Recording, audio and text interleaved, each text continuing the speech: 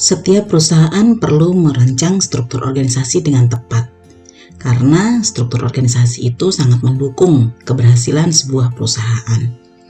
Struktur organisasi adalah kerangka hubungan pekerjaan, sistem, proses operasi, dan sumber daya manusia dalam upaya untuk mencapai tujuan organisasi. Dalam pelaksanaannya, diperlukan sistem manajemen yang praktis, sehingga mampu membangun penyebaran informasi di seluruh perusahaan. Oleh karena itu, struktur organisasi menjadi tools yang efektif dan efisien bagi perusahaan. Struktur organisasi perlu dibangun sedemikian rupa sehingga mampu mengatasi berbagai faktor demografis maupun kompleksitas budaya perusahaan yang biasanya mempengaruhi pelaksanaan operasional perusahaan. Oleh karena itu, dalam mengembangkan struktur organisasi perlu memperhatikan karakteristik perusahaan dan berbagai elemen agar terwujud proses bisnis yang saling terintegrasi. Struktur organisasi adalah kerangka hubungan pekerjaan, sistem, proses operasi, dan sumber daya manusia dalam upaya untuk mencapai tujuan organisasi. Sehingga biasanya mengacu pada hubungan antara komponen dari keseluruhan yang memang terorganisir dan sistematis. Dengan demikian, konsep struktur dapat digunakan untuk semuanya. Kita bisa membayangkan struktur organisasi itu contohnya pada sebuah bangunan. Sebuah bangunan memiliki struktur hubungan antara fondasi, kerangka, langit-langit, dan dinding. Nah, seperti itulah struktur organisasi bekerja pada sebuah perusahaan. Sama halnya seperti kita memiliki tubuh satu kesatuan yang terdiri dari tulang, organ, darah, jaringan, dan sebagainya. Oleh karena itu, dengan melihat keterkaitan satu dengan yang lain, struktur organisasi memberikan beberapa manfaat. Di antaranya, yang pertama, struktur organisasi menjadi seperangkat metode di mana kegiatan perusahaan dibagi, diatur, dan dikoordinasikan. Struktur organisasi membantu perusahaan mengkoordinasikan aktivitas pekerjaan dan juga mengontrol tindakan karyawannya. Struktur organisasi juga membantu agar arus informasi yang ada di dalam perusahaan dapat berjalan dengan lancar. Struktur organisasi juga menjadi salah satu tools yang dapat memfasilitasi proses pengambilan keputusan. Jadi, konseptualisasi struktur organisasi itu merupakan sebuah manifestasi proses berpikir yang sangat sistematis, karena membayangkan sebuah proses yang memiliki wewenang, tugas dari atas sampai bawah, demikian juga sebaliknya. Perlu kita pahami bahwa sebuah perusahaan ataupun organisasi itu terdiri dari unsur, hubungan antar unsur, dan struktur hubungan itu sendiri sebagai sebuah kesatuan. Jadi struktur organisasi ini merupakan kombinasi hubungan antar elemen organisasi, sehingga dapat menunjukkan eksistensi dari perusahaan itu sendiri. Dan untuk struktur organisasi ada berbagai macam pandangan yang memang menunjukkan bahwa sebuah organisasi itu memerlukan dua elemen, baik hard skill maupun soft skill. Hubungan antara unit dan kelompok di sebuah perusahaan itu menunjukkan elemen yang soft atau soft skill dalam struktur organisasi. Sedangkan untuk hard skill itu berkaitan dengan sistem, berkaitan dengan proses bisnis yang memang harus dilakukan. Ada 3 dimensi dalam struktur organisasi. Yang pertama adalah hierarki. Dimensi hierarki menunjukkan peringkat relatif unit organisasi yang terbentuk dalam bagan. Dimensi yang kedua dalam struktur organisasi adalah dimensi fungsional. Dimensi fungsional itu menunjukkan bahwa setiap bagan yang menunjukkan jabatan itu memiliki berbagai macam fungsi pekerjaan yang harus dilakukan untuk mencapai tujuan dari perusahaan itu sendiri. Yang ketiga adalah dimensi inklusi, yaitu menggambarkan seberapa dekat dan seberapa jauh hubungan antar karyawan berdasarkan struktur organisasi. Biasanya di dalam struktur organisasi itu menggambarkan leveling dari setiap karyawan, baik dari officer, dari supervisor, manager, kemudian direktur. Tingkatan-tingkatan inilah yang kemudian terlihat dari dimensi inklusi. Kombinasi yang tepat itu diperlukan untuk bisa mengakomodasi ketiga hal ini, membentuk sebuah struktur organisasi yang tepat. Sehingga pada saat mencanangkan, membuat dan merancang struktur organisasi itu perlu memperhatikan hierarkinya seperti apa, fungsinya bagaimana, dan inklusinya, sehingga ini akan berdampak pada proses-proses selanjutnya. Dan memang struktur organisasi ini sebenarnya tidak selalu menjawab seluruh proses bisnis yang ada di dalam perusahaan. Karena ada beberapa faktor-faktor kompleks yang biasanya tidak bisa dibatasi oleh bagan-bagan yang ada di dalam struktur organisasi. Tapi paling tidak, struktur organisasi ini membantu kita bisa memahami bagaimana sebuah organisasi dan sistem pengelolaan sumber daya manusia yang ada di dalamnya itu berjalan secara sistematis dan terstruktur. Ada beberapa prinsip yang memang perlu diperhatikan pada saat kita merencanakan untuk menyusun sebuah struktur organisasi. Yang pertama, bahwa struktur organisasi itu sangat menentukan hubungan formal dan juga pelaporan dalam perusahaan. Sehingga ini menunjukkan seberapa banyak tingkatan dan jumlah hierarki yang diperlukan bagi sebuah perusahaan. Semakin besar perusahaan, pasti hierarkinya dan tingkatnya juga akan semakin banyak. Namun perusahaan yang memang baru startup, baru mengawali proses bisnisnya, struktur organisasi biasanya dibuat secara lebih sederhana.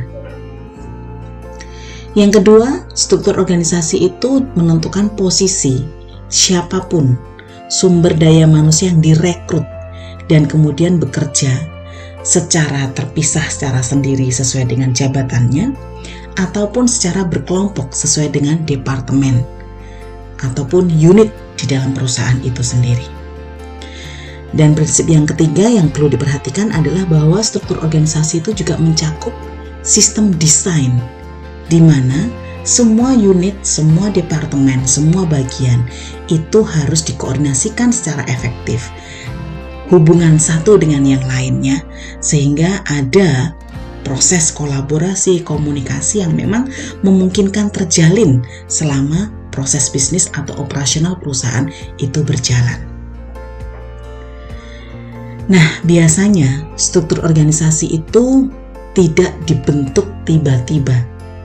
Struktur organisasi dibentuk itu biasanya didasarkan pada tujuan perusahaan, strategi perusahaan, lingkungan perusahaan, kemajuan teknologi yang diadopsi oleh perusahaan, ukuran perusahaan.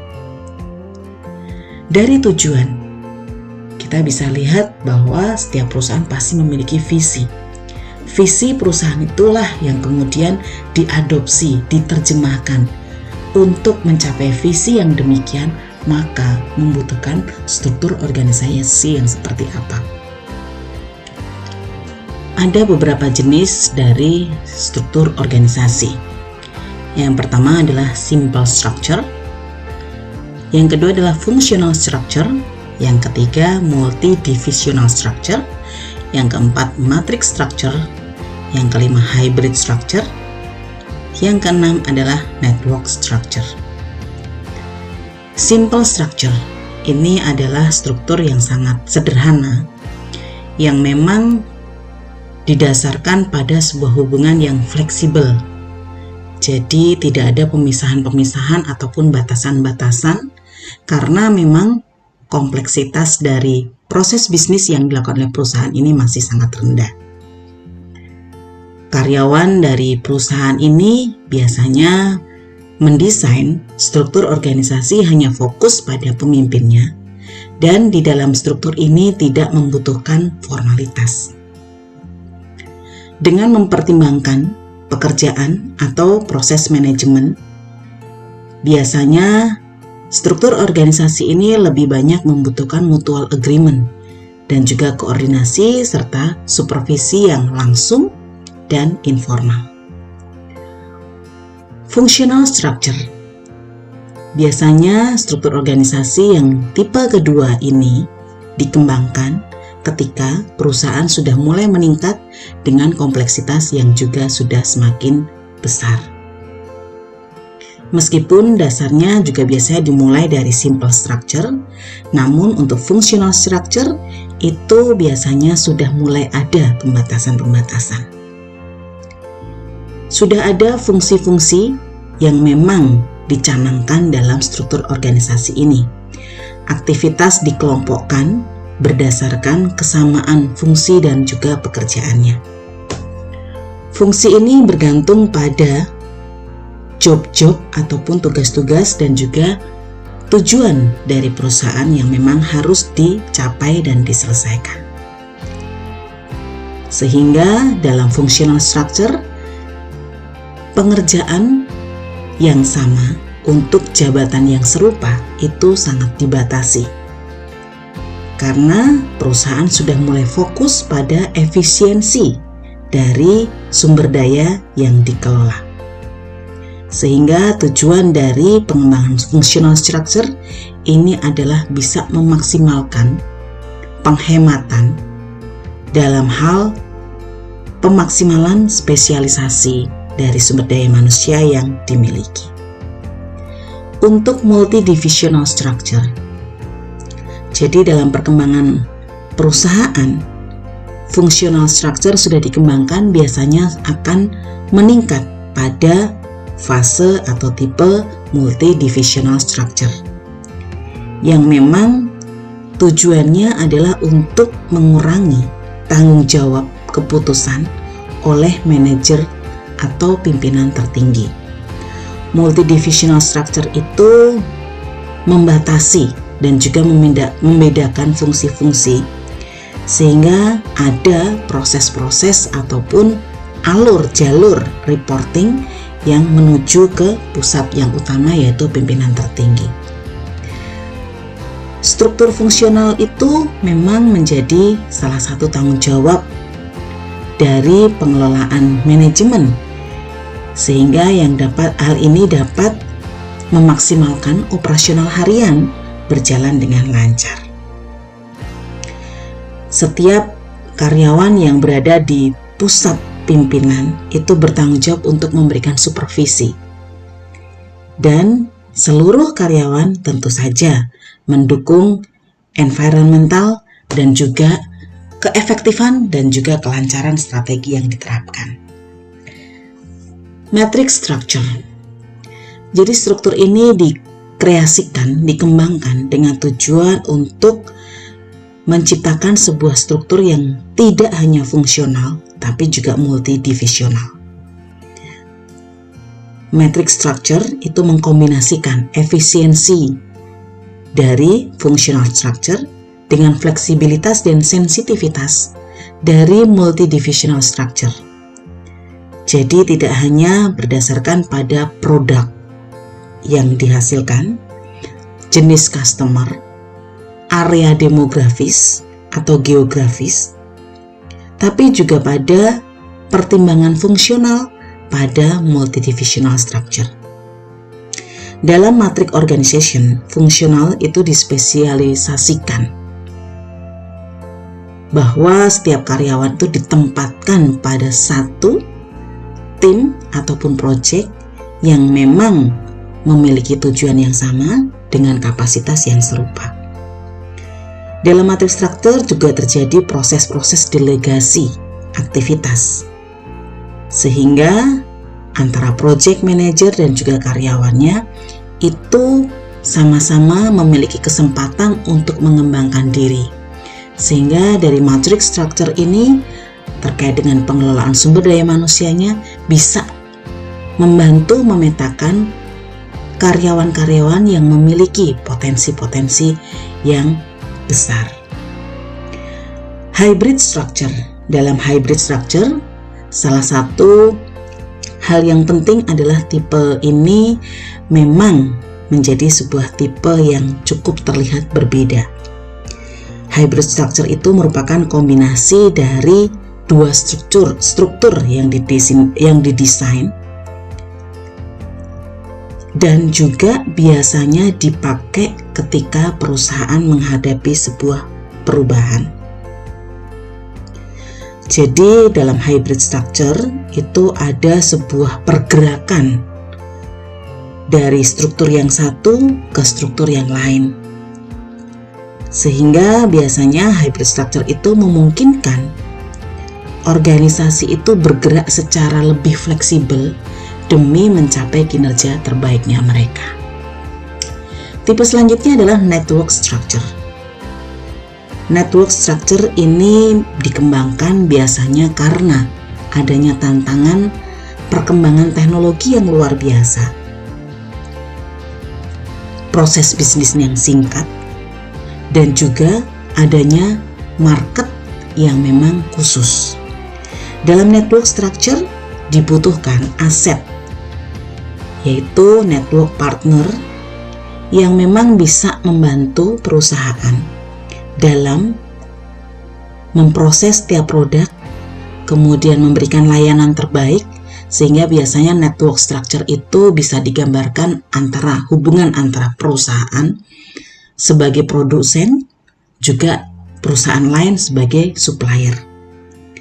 Ada partner di sini yang memang menjadi associate dari perusahaan, dan juga kedua perusahaan ini yang sama-sama berpartner ini memiliki tujuan market yang sama, sehingga mereka biasanya join atau berkolaborasi dalam proses bisnisnya. Sehingga keberhasilan network structure itu tidak hanya ditentukan oleh satu pihak, tapi ditentukan oleh kedua pihak. Ada satu tipe yang biasanya umum juga terjadi di berbagai jenis perusahaan, itu adalah tipe lainnya, yaitu tipe birokrasi. Jadi dari kriterianya, bentuknya, metodenya, ini ada standar-standar tertentu yang memang akhirnya menunjukkan sebuah tahapan level atau birokrasi yang diperlukan dan juga dikembangkan dalam struktur organisasi ini. Jadi dalam birokrasi itu biasanya ada beberapa ciri-ciri perusahaan bisa mengembangkan model atau tipe struktur organisasi birokrasi. Yang pertama adalah biasanya karena volume pekerjaan itu seragam tapi berkelanjutan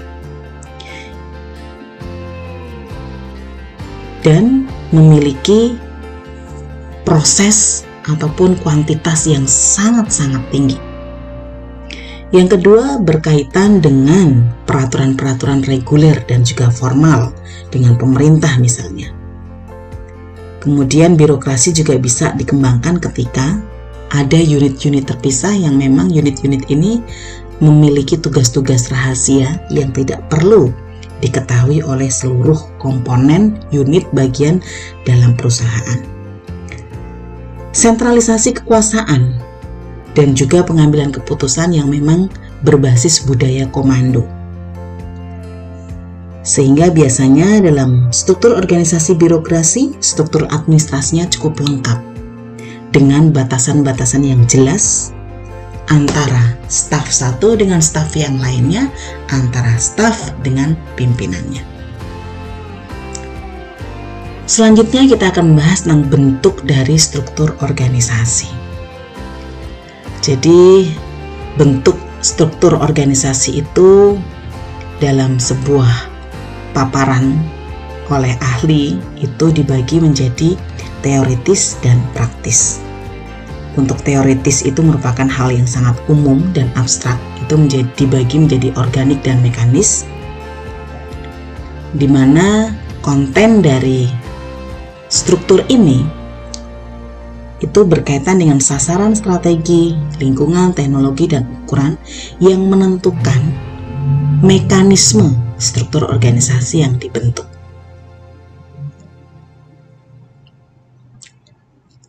Jadi di dalam struktur organisasi ini tugas-tugas biasanya lebih fleksibel, kemudian pekerjaan juga tidak terlalu formal, komunikasinya informal, penetapan keputusannya itu biasanya tidak terpusat. Ini adalah untuk yang organic structure. Sedangkan untuk mekanis structure itu biasanya ada pembedaan level yang cukup jelas. Hubungan antar bagian itu clear dan tidak fleksibel, komunikasinya formal, dan pengambilan keputusannya itu terpusat.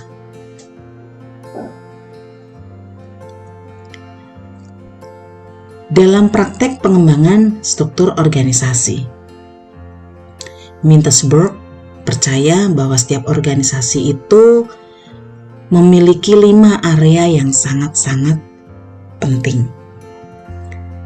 Yang pertama adalah bahwa setiap karyawan itu perlu untuk dipastikan mereka benar-benar menjalankan tugas organisasi yang diberikan. Puncak strategis itu terletak pada manajemen puncak, dan juga staf itu adalah pendukung dari pelaksanaan strategi yang dijalankan oleh manajemen tertinggi. Garis tengah itu merupakan manajer sebagai inti operasional. Dan juga untuk staf itu adalah mereka yang memang memberikan support terhadap pekerjaan dan juga terhadap tugas dalam aktivitas organisasi sehari-hari.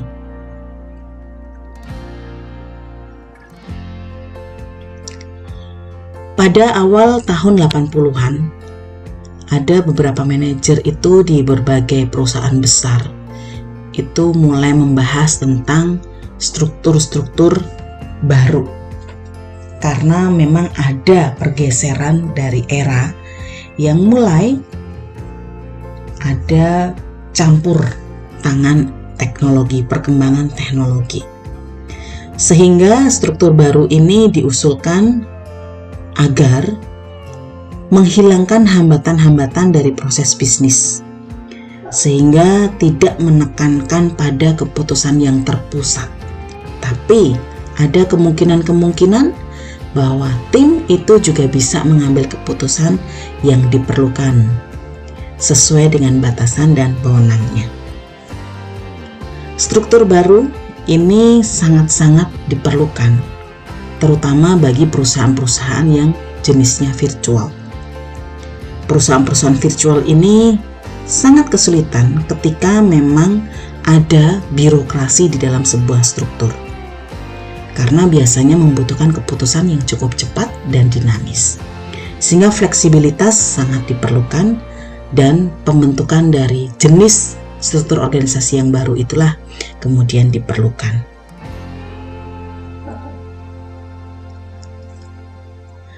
Model struktur. Jadi model struktur itu juga penting dalam pengembangan struktur organisasi. Dan memang ada beberapa hipotesa yang diajukan oleh Bowman dan Dill, yaitu bahwa dalam mengembangkan struktur organisasi itu memang organisasi berusaha untuk mencapai tujuan yang telah ditetapkan. Artinya di sini adalah sebelum menetapkan struktur organisasi, visinya harus clear terlebih dahulu. Visinya apa, misinya apa. Yang kedua, setelah visi dan misi dibentuk, sehingga sudah mulai terlihat gambaran yang jelas, serangkaian kondisi-kondisi yang dimiliki oleh perusahaan yang menjadi dasar dari rancangan struktur organisasi. Kemudian yang ketiga, prioritas dari tugas-tugas setiap individu yang menjadi bagian dalam tim di perusahaan tersebut. Itu juga menjadi penting, karena prioritas ini tentu saja menjadi bagian dari strategi pencapaian dari visi. Yang keempat, spesialisasi. Struktur organisasi perlu dirancang dengan kemampuan untuk membaca spesialisasi yang diperlukan untuk mempercepat pencapaian visi. Agar struktur itu efektif, sehingga perlu dipikirkan bagaimana proses koordinasi dan kontrol yang kemudian nantinya akan terbaca dalam struktur organisasi yang dirancang. Jangan lupa bahwa struktur organisasi itu bisa berubah sesuai dengan kondisi perusahaan. Sehingga usahakan bahwa struktur organisasi perlu dievaluasi ketika memang sudah mulai tidak efektif dan tidak efisien dan juga tidak sesuai dengan kebutuhan dan target terkini. Penataan ulang pengembangan sistem baru sangat dimungkinkan dalam pengembangan struktur organisasi.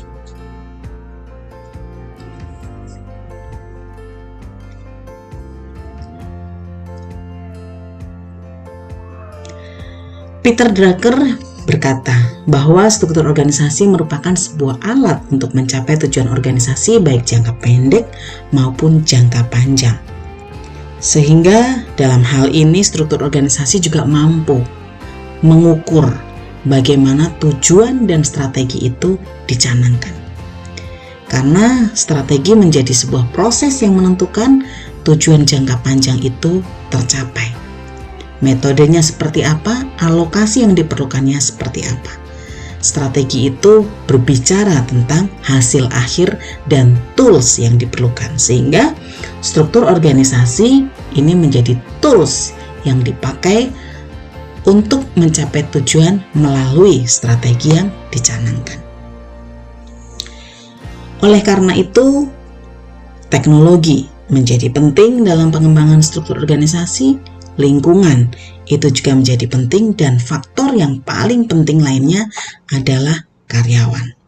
Sehingga biasanya struktur organisasi itu juga menjadi bagian dari pengelolaan sumber daya manusia yang ada di dalam perusahaan, karena ini juga berbicara tentang siapa-siapa sumber daya manusia yang nantinya akan mengisi posisi yang ada di dalam satu struktur organisasi.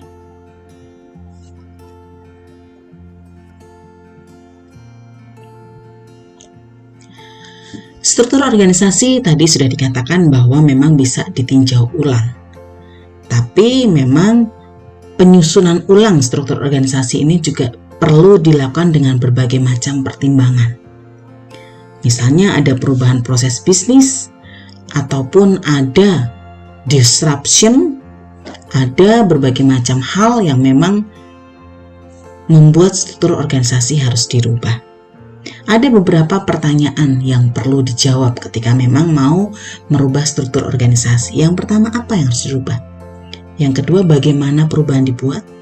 Yang ketiga, dengan cara bagaimana perubahan ini dilakukan? Mengapa perubahan dilakukan? Dan juga kesimpulannya seperti apa?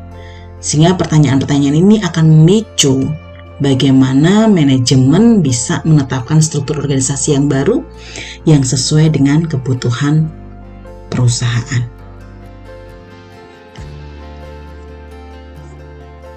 Saat ini ada berbagai macam jenis perusahaan, startup, UMKM, dan segala macam yang memang memiliki tuntutan untuk perform atau menghasilkan kinerja yang tertinggi. Dan untuk bisa mencapai sebuah performance tertentu, setiap orang yang ada di dalam perusahaan perlu untuk diorganisir dalam sebuah struktur organisasi. Pengaturan sumber daya manusia ini perlu diklasifikasikan sehingga struktur organisasi bisa dimanfaatkan sebagai tools yang sangat tepat, yang sangat efektif, yang sangat efisien untuk mengelola sumber daya manusia mencapai tujuan perusahaan.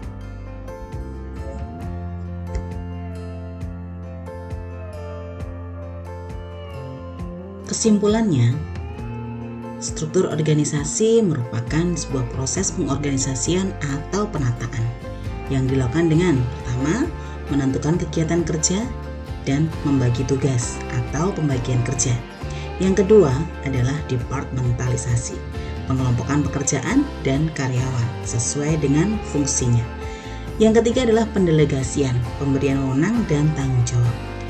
Struktur organisasi adalah representasi visual dari hubungan terstruktur antar tugas dan juga sumber daya manusia yang diberikan wewenang untuk melakukan tugas tersebut.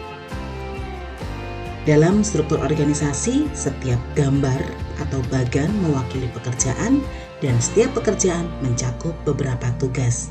Misalnya, seorang manajer harus mempekerjakan seorang staf yang menetapkan wilayah-wilayah yang berkaitan dengan tugasnya sehingga dia dapat menjalankan setiap operasional perusahaan.